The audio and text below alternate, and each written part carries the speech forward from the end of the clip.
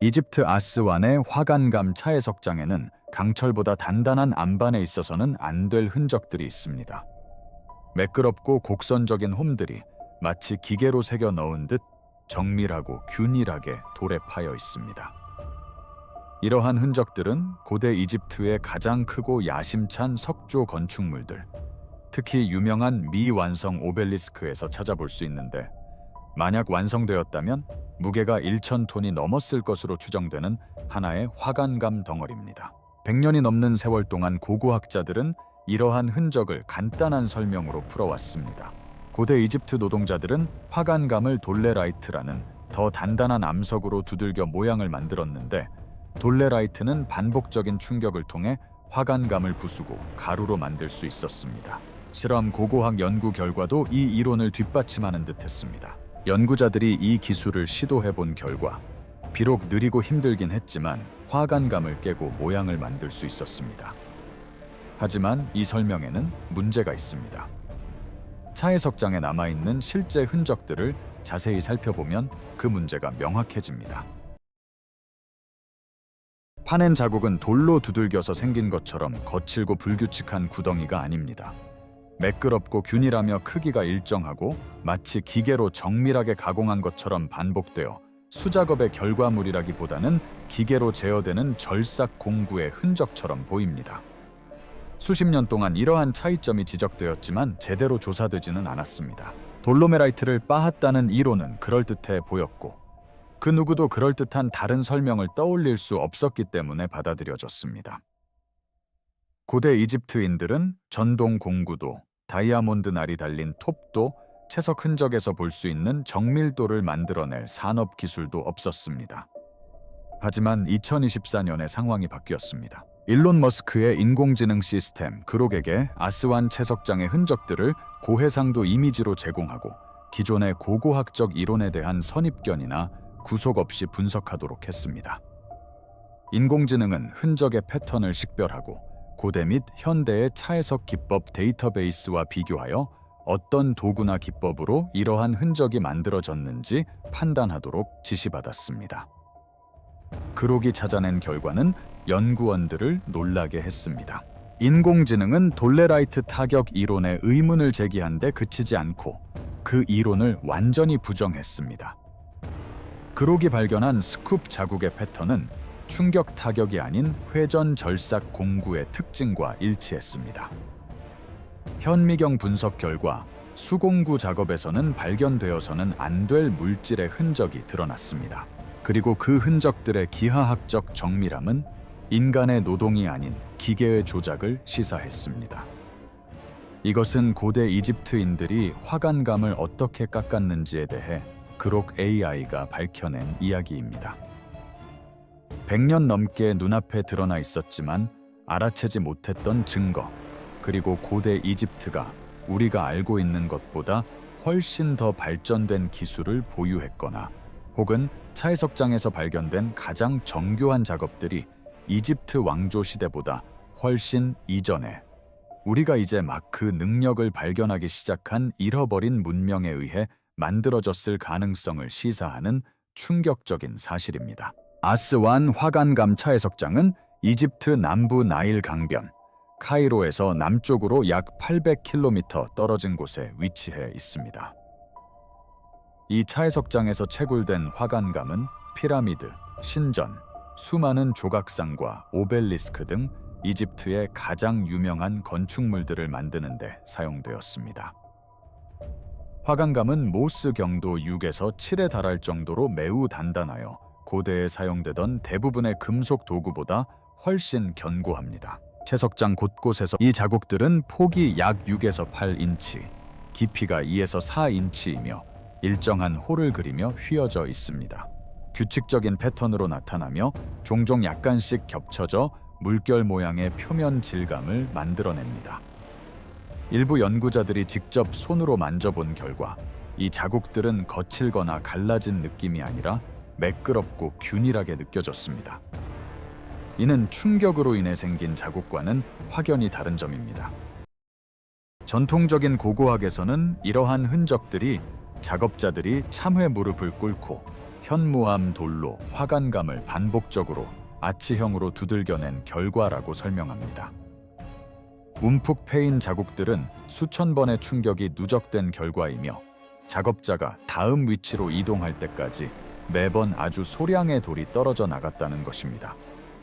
하지만 이러한 과정을 재현하려는 실험적 시도는 전혀 다른 결과를 보여줍니다. 현대 연구자들이 현무암으로 화관감을 두들기면 거칠고 불규칙한 구덩이가 생기는데 이 구덩이들은 가장자리가 갈라지고 깊이도 일정하지 않습니다. 이러한 자국들은 아스완에서 볼 수 있는 것처럼 매끄러운 곡선을 띠지 않으며 크기도 균일하지 않습니다. 이 작업은 극도로 느리게 진행되었는데 연구원들은 미완성 오벨리스크 주변에 돌레라이트를 깨서 도랑을 파는데 수십 년 동안 끊임없는 노동이 필요했을 것으로 추정합니다. 그록 AI가 도랑 자국의 고해상도 사진을 분석했을 때 가장 먼저 발견한 특이점은 기하학적 정밀도였습니다. AI는 수천 개의 개별 도랑 자국을 측정하여 넓은 영역에 걸쳐 크기 변동이 5% 미만이며 도랑의 너비와 깊이가 거의 동일하다는 것을 발견했습니다. 연속된 퍼낸 자국 사이의 간격은 3% 미만의 차이를 보였는데 이는 무작위적인 배치라기보다는 체계적인 배치였음을 시사합니다. 각 퍼낸 자국은 마치 고정된 절삭 반경을 가진 도구로 만든 것처럼 동일한 홀을 그렸으며 돌을 휘두르는 사람 팔의 가변적인 움직임과는 달랐습니다. 퍼낸 자국이 화관감에 들어간 각도 또한 일정했으며 서로 다른 위치에서 또는 다른 기술을 사용하는 작업에서 예상되는 다양한 각도가 나타나지 않았습니다. 그록의 분석 결과 이러한 특징들은 수공구를 이용한 타격 방식과는 일치하지 않지만 공구의 위치, 속도, 압력이 수동이 아닌 기계적으로 제어되는 기계 유도 절삭 방식과는 일치한다는 결론이 나왔습니다. AI는 이러한 패턴을 인간의 것이 아닌 것으로 판단했는데 이는 인간이 만들 수 없어서가 아니라 숙련된 작업자라 할지라도 일반적인 인간 노동으로는 만들어낼 수 없는 정밀도와 일관성을 보여주었기 때문입니다. 더욱 충격적인 것은 이러한 흔적들이 나타나는 위치입니다. 그록의 분석에 따르면 전통적인 고고학적 모델로는 설명하기 어렵거나 불가능한 위치에서 흙을 파낸 흔적이 발견되었습니다. 참호 벽면에 남은 일부 흙 파낸 흔적은 제거되지 않은 화관감 블록 아래까지 이어져 있는데 이는 흙을 파내는 동작이 사람이 접근하기에는 너무 좁은 공간을 통과했음을 시사합니다. 이러한 흔적은 작업자가 자리를 잡고 충분한 힘으로 돌을 휘두를 공간이 없는 좁은 안쪽 구석에서 나타납니다. 일부 자국은 작업자가 효과적으로 두드리기 위해 충분한 지렛대 효과를 유지하면서 매달리거나 어색한 자세를 취해야 하는 높이에 거의 수직인 벽에 나타납니다. 그록의 기하학적 분석에 따르면 절삭 도구가 무엇이든 간에 인체의 자세 제약과 관계없이 연속적인 홀을 그리며 움직였다고 합니다. 이는 기계적으로 제어되는 도구에서 예상되는 동작이지 수작업에서는 예상할 수 없는 동작입니다. 아스완 차해석장의 가장 불가사의한 특징 중 하나는 깊고 좁은 시험 굴착 구덩이들입니다. 이 구덩이들은 단단한 화관감을 30피트부터 50피트까지 깊이까지 파고 들어가며 폭은 3피트부터 4피트에 불과합니다. 이러한 구덩이들은 차해석장 곳곳에서 발견되는데 그 용도는 아직까지 명확하게 밝혀지지 않았습니다.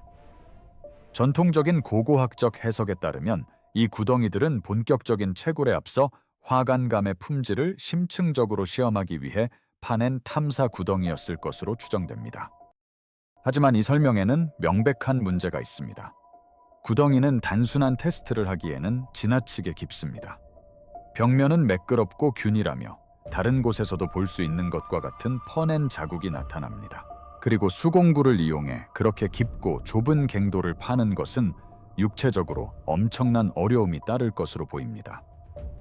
깊이 40피트, 폭 3피트의 갱도 바닥에서 일하는 작업자를 상상해 보세요. 맷돌을 제대로 휘두를 공간조차 없을 겁니다. 먼지와 화관감 조각이 쌓여 호흡이 어려워지고 시야가 나빠질 것이다. 그런 깊은 곳에서 잔해물을 제거하는 것은 엄청난 노동력을 필요로 할 것이다. 또한 조명이 최소한으로 제한되어 있어 손전등이나 램프를 끊임없이 관리해야 할 것이다.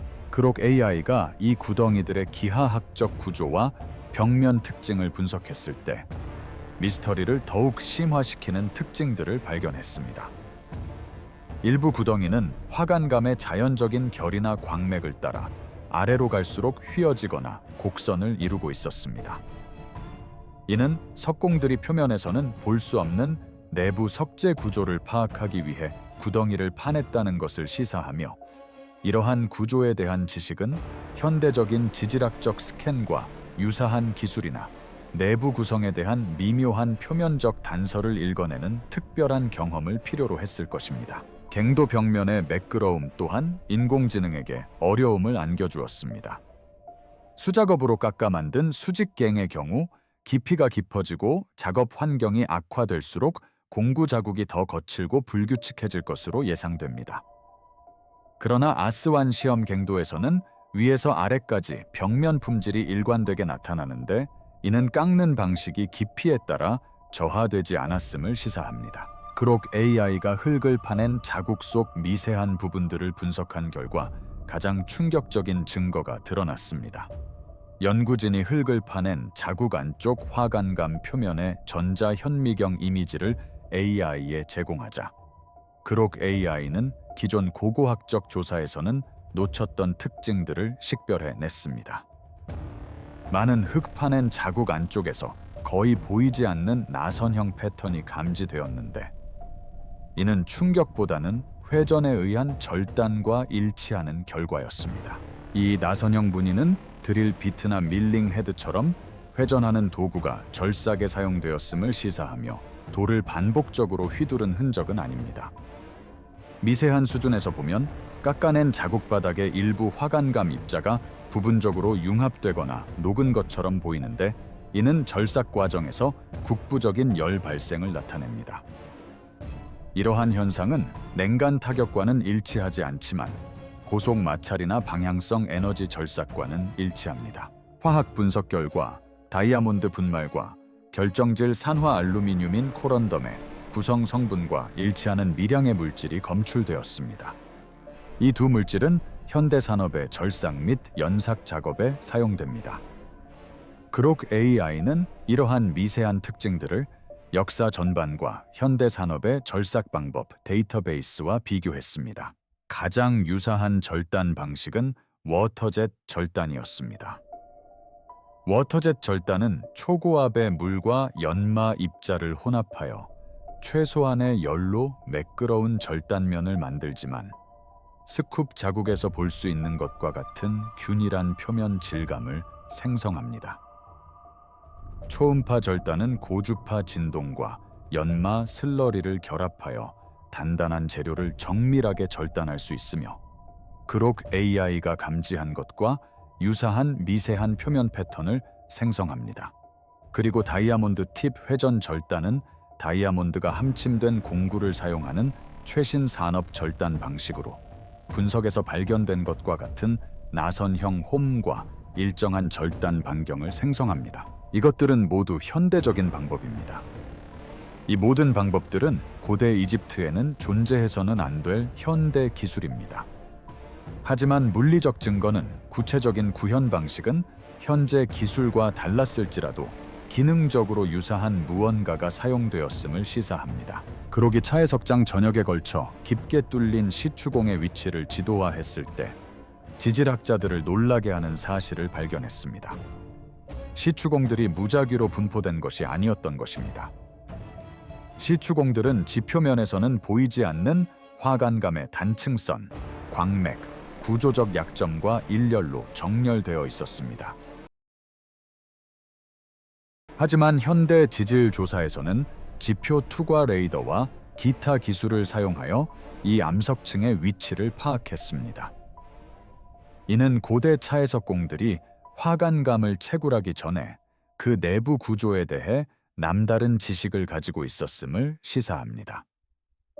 그들은 돌의 품질이 가장 좋은 곳, 균열이나 불순물이 나타날 가능성이 있는 곳, 그리고 채굴 효율이 가장 높은 곳을 알고 있었던 것입니다. 그들은 어떻게 이것을 알 수 있었을까요?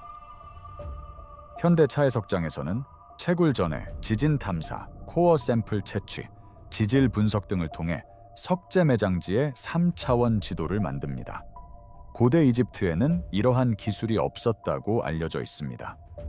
하지만 차해석장의 위치를 보면 그들이 어떤 알려지지 않은 방법을 통해 비슷한 결과를 얻었음을 알 수 있습니다. 그록의 분석에 따르면 차해석장의 전체적인 배치 방식은 현대적인 최적화 전략과 유사했습니다. 도랑과 채굴 구역은 내부 응력을 최소화하도록 배치되었으며 절단 패턴은 석재의 균열을 일으킬 수 있는 응력 집중을 방지하도록 설계되었습니다. 채굴은 화관감의 자연적인 결정 구조를 따라 진행되어 절단이 용이하고 폐기물이 줄어들었습니다. 이 차해석장의 배치는 최소한의 절단으로 최대한의 유용한 석재를 추출하도록 설계되었는데, 이는 현대 컴퓨터 최적화 차해석장 설계 방식과 정확히 일치합니다. 이러한 수준의 계획은 수세기에 걸친 시행착오를 통해 축적된 탁월한 경험적 지식이나 우리가 고대 이집트와 연관짓지 않는 분석 방법을 사용했음을 시사합니다. 아스완 차해석장의 남쪽 구역에는 고고학자들이 전통적으로 고대 항구 또는 하역장으로 해석해온 커다란 함몰지가 있는데, 이곳에서 가공된 석재를 배에 실어 나일강을 따라 운반했을 것으로 추정됩니다. 하지만 그록은 이 함몰지의 기하학적 형태와 부피를 분석하여 완전히 다른 해석을 제시했습니다. 함몰지의 크기, 모양, 그리고 주변 차해석장 지형과의 관계를 고려해 볼 때 이곳은 항구가 아니라 거대한 화관감 덩어리를 제거하면서 생긴 빈 공간이며, 아마도 고대 문명이 채석했던 돌 중 가장 큰 돌일 가능성이 높다는 것입니다. 그록은 함몰지의 모양을 바탕으로 사라진 화관감 덩어리의 크기를 추정하고 그 무게를 3,000톤에서 5,000톤 사이로 추산했습니다. 비교하자면 알려진 이집트 오벨리스크 중 가장 큰 것은 로마의 라테란 오벨리스크로 무게가 약 455톤입니다. 이집트 대피라미드에 사용된 가장 큰 돌은 약 80톤입니다. 3,000톤에 달하는 돌덩이는 고대 이집트인들이 성공적으로 옮긴 적이 없는 무게입니다. 그록의 해석이 옳다면 이는 차해석장 노동자들이 고고학적 기록에서 확인된 것보다 훨씬 큰 돌들을 채굴하고 옮기려고 시도했으며 어쩌면 성공했을지도 모른다는 것을 시사합니다. 그러한 프로젝트에 필요한 기술과 공학적 능력은 엄청났을 것입니다. 그록의 분석에서 가장 논란이 되는 부분은 차해석장 작업의 시기와 관련된 것입니다. 아스완 차해석장 곳곳에서 선사시대 양식의 예술 작품이 발견되었는데, 새 배, 기하학적 기호 등을 붉은 황토로 단순하게 그린 그림들이 화관감 표면에 새겨져 있습니다. 특히 주목할 만한 점은 이러한 그림 중 일부가 정교하게 파낸 자국 위에 그려져 있다는 것입니다. 물감이 파낸 홈에 스며들어 있는 것으로 보아 그림이 그려지기 전에 이미 파낸 자국이 존재했음을 알 수 있습니다. 이는 시간 순서의 심각한 문제를 야기합니다. 붉은 황토 그림은 사하라 사막과 나일강 유역 전역에서 발견되는 선사시대 암각화와 양식이 유사한데, 이 암각화들은 일반적으로 기원전 4,000년에서 6,000년 전 또는 그 이전으로 거슬러 올라가며 기원전 310년경에 시작된 이집트 왕조 시대보다 훨씬 이전입니다. 만약 이 석굴 자국이 이 그림들보다 앞선다면 6,000년 이상 되었을 가능성이 있으며, 이는 아스완에서 가장 정교한 화관감 석조 기술이 피라미드, 파라오 시대, 그리고 우리가 이해하는 이집트 문명의 출현 이전 시대에 이루어졌음을 시사합니다. 그록의 분석은 또한 차해석장 작업에서 나타나는 퇴화 진행 과정을 밝혀냈습니다. 인공지능이 스타일과 맥락을 바탕으로 대략적인 연대를 추정할 수 있는 차해석장의 여러 지역에서 절삭 정밀도를 비교한 결과 반비례 관계를 발견했습니다. 가장 오래된 작업일수록 정밀도가 높았고 이후의 작업일수록 점차 조잡해졌습니다. 이는 예상과는 정반대입니다. 일반적으로 기술은 시간이 지남에 따라 지식이 축적되고 기술이 정교해지면서 발전합니다.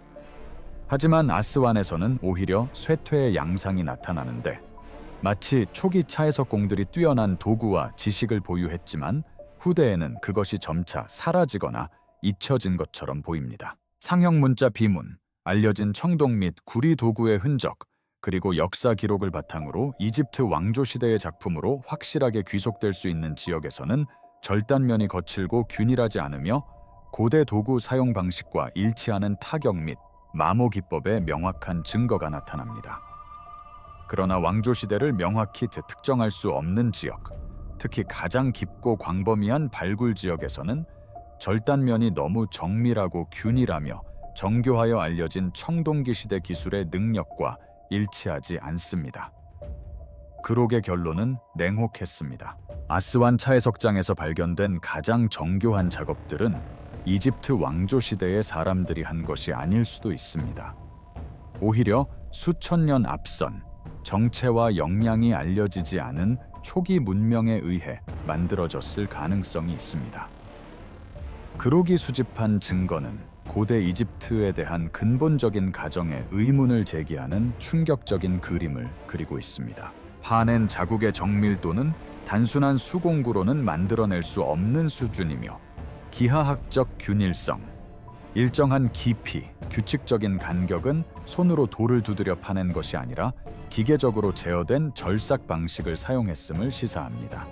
현미경 분석 결과 나선형 홈, 융합된 입자, 미량 물질 등 회전 절삭 및 연마 기술과 일치하는 특징들이 나타나며 이는 고대의 타격 기법보다는 현대적인 절삭 방식과 부합합니다.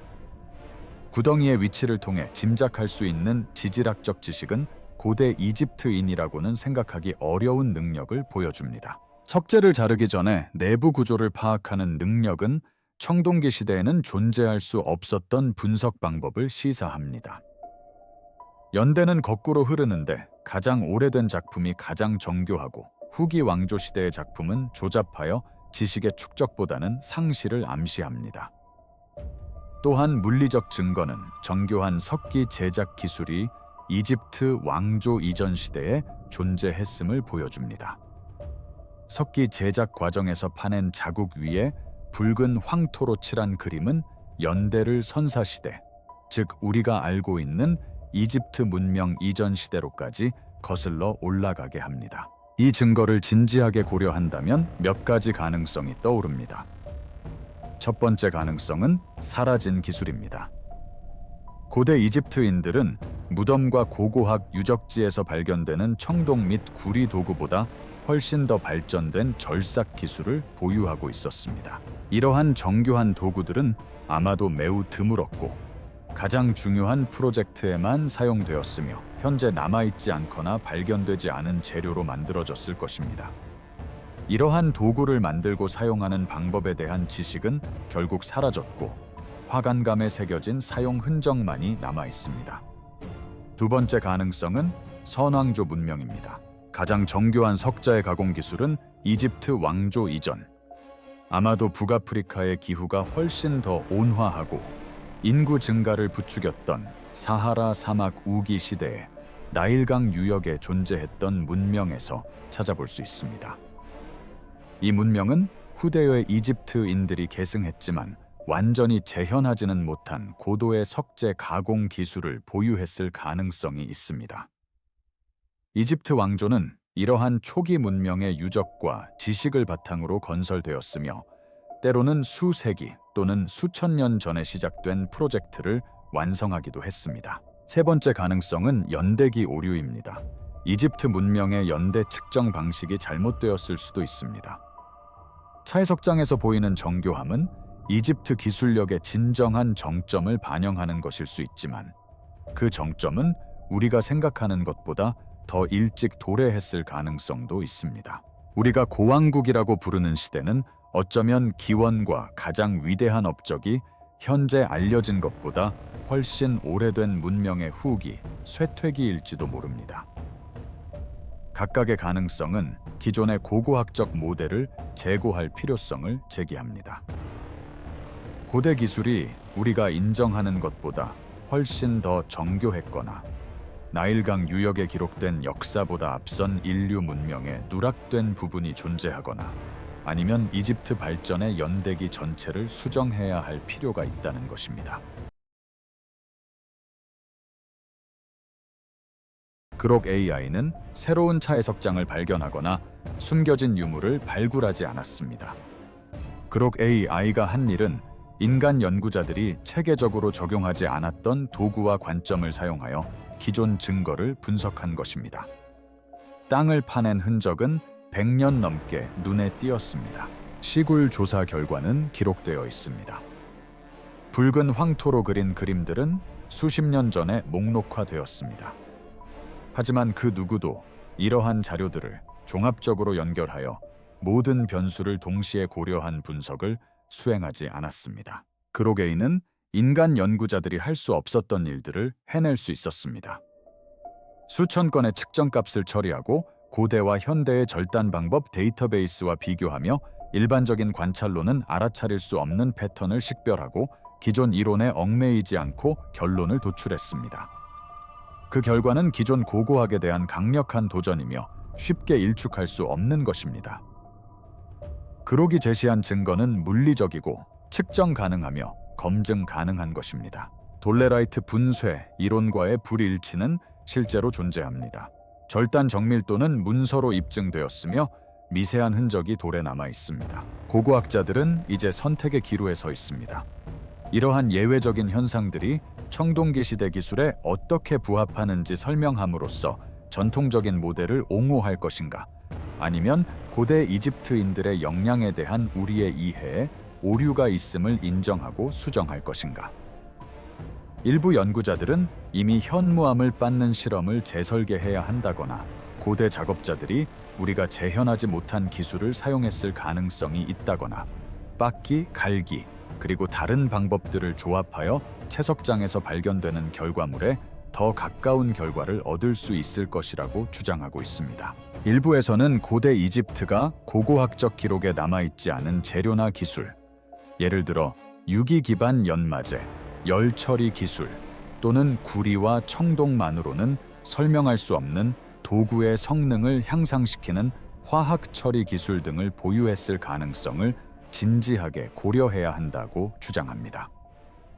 또 다른 소규모 그룹에서는 아스완 차해석장과 기타 정교한 이집트 석조물들이 사실은 선왕조 문명의 잔재이며 그 업적이 후대 파라오들에게 귀속되었을 뿐 파라오들이 직접 시작한 것은 아니라는 더 깊은 미스터리를 제시하고 있다고 주장합니다. 그록점 AI는 고대 이집트인들이 화관감을 어떻게 깎았는지에 대한 단순한 해답을 제시하는 것이 아니라 우리가 받아들였던 단순한 해답들이 물리적 증거와 일치하지 않음을 보여줌으로써 밝혀냈습니다. 그 증거는 돌 자체에 새겨져 있는데 수공구로는 도저히 불가능한 정밀도, 첨단 절삭 기술의 미세한 흔적, 기계의 움직임을 암시하는 기하학적 패턴, 그리고 가장 정교한 작업이 우리가 그 문명으로 여기는 시대보다 앞선 시기에 이루어졌음을 보여주는 연대기까지 모두 담겨 있습니다. 아스완의 화관감 차해석장은 수천 년 동안 이 증거를 숨기고 있었습니다. 눈에 보였지만 제대로 조사되지 않았고 기록은 남아 있었지만 종합적으로 분석되지 않았습니다. 선입견이나 기존 이론에 대한 맹목적인 믿음 없이 데이터를 처리하는 인공지능이 비로소 돌들이 우리에게 오랫동안 전하려 했던 메시지를 밝혀낼 수 있었습니다. 고대 이집트인들은 우리가 이해하지 못하는 기술과 그들이 사용했을 것으로 추정되는 도구로는 재현할 수 없는 방법으로 화관감을 깎아냈으며 그 정밀도는 청동기 시대 문명에서는 찾아볼 수 없는 수준의 지식을 보여줍니다. 이러한 기술이 우리가 상상조차 하지 못한 단순한 도구의 정교한 활용이었든 고고학적 기록에 남아있지 않은 잃어버린 기술이었든 혹은 알려지지 않은 이전 문명으로부터 물려받은 능력이었든 간에 그 증거는 부인할 수 없습니다. 깎아낸 자국은 실제하며 그 정밀도는 측정 가능하고 시대적 흐름 또한 기록되어 있습니다. 그록 AI는 고대 이집트인들이 화관감을 자르는 방식에 얽힌 미스터리가 고고학계가 지금까지 인정해온 것보다 훨씬 더 깊고 기묘하며 의미심장하다는 것을 보여주었습니다. 돌들은 말하고 있었지만 우리는 이제야 비로소 그 소리에 귀 기울이게 되었습니다.